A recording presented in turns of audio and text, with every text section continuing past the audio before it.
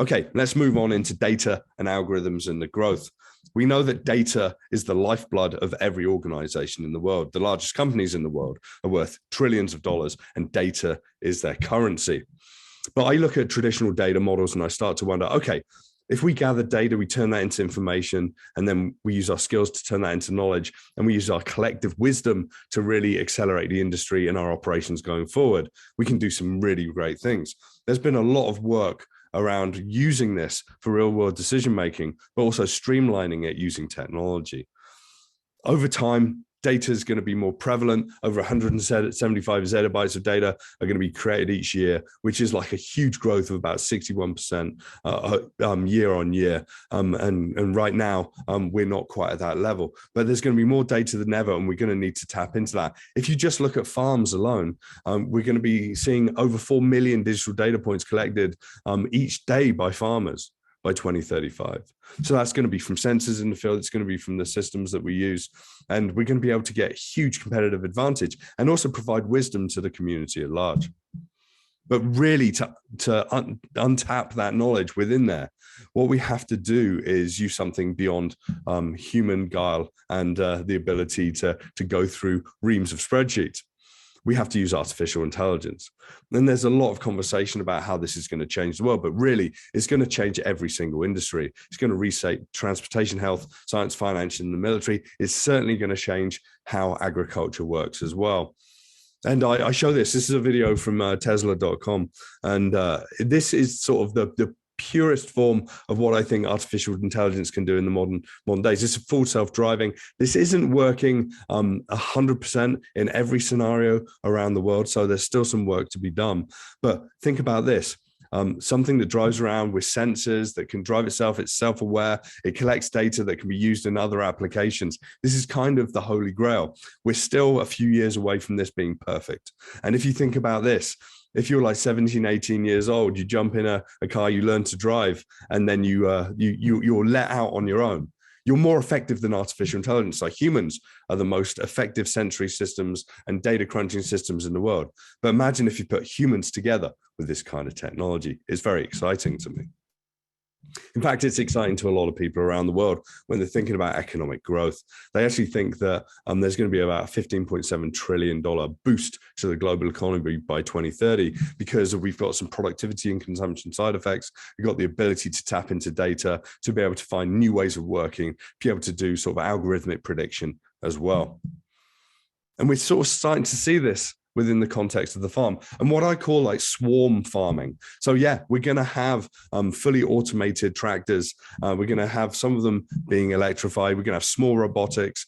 We're going to have the ability to use robotics for very niche applications, like being able to apply fertilizer very specifically to plants that need them the most, by being able to do weeding as well. But what's interesting is that there's lots of fantastic ideas about what these kind of robotics can be. I showed this at a conference down in California. And it was like apple picking robots and drones and whatever. This is something that is so new and it's playful. I think of this as a speculative future, but this is a company out of Israel that's very well funded, that's thinking this is the future of being able to pick apples in the orchards. I think there's a lot of problems here, but we're still very reliant on human resources. And sometimes, and certainly what we saw during the pandemic, being reliant on human resources, we can have some challenges with that. So it's kind of interesting to think about, okay, hundreds of these robotic systems in swarms could be really interesting as a development. Then what if we put sensors in the fields, use platforms like this from CropX, and we can do, sensing the soil, weather, aerial imaging, and the such like. It's about putting the data in the hands of the farmer and being really powerful in the application of that as well. There's another really interesting thing that's happening is the use of augmented reality and being able to overlay data as we look through the viewfinders or headsets as we look forward in the world.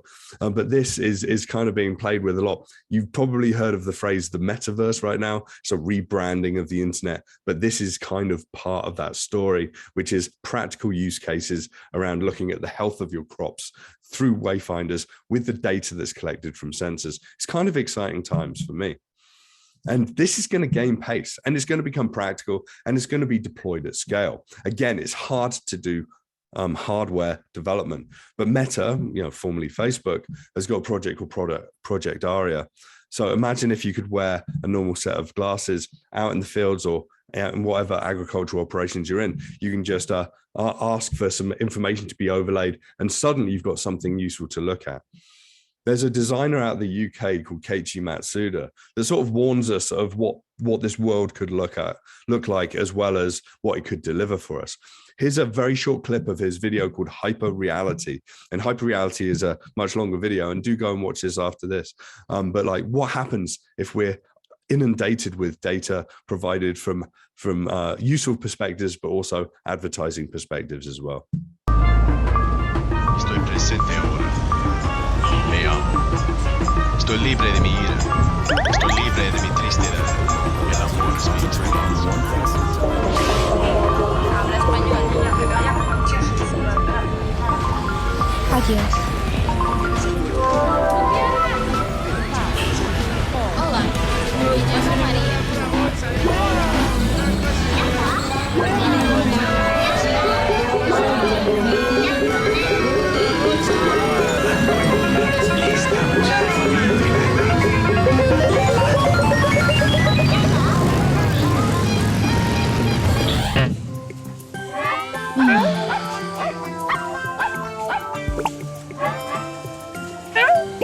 Bueno. Hola otra vez.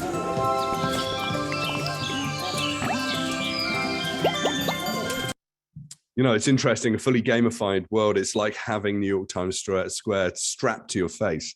And we kind of want to avoid that, but it can be really, really useful to collect that data, to be able to visualize it. And another way that you could visualize things is through digital triplets and simulations. So we could simulate all of our operations, test out new solutions in software virtually before we head out into the fields and do it for practical uses.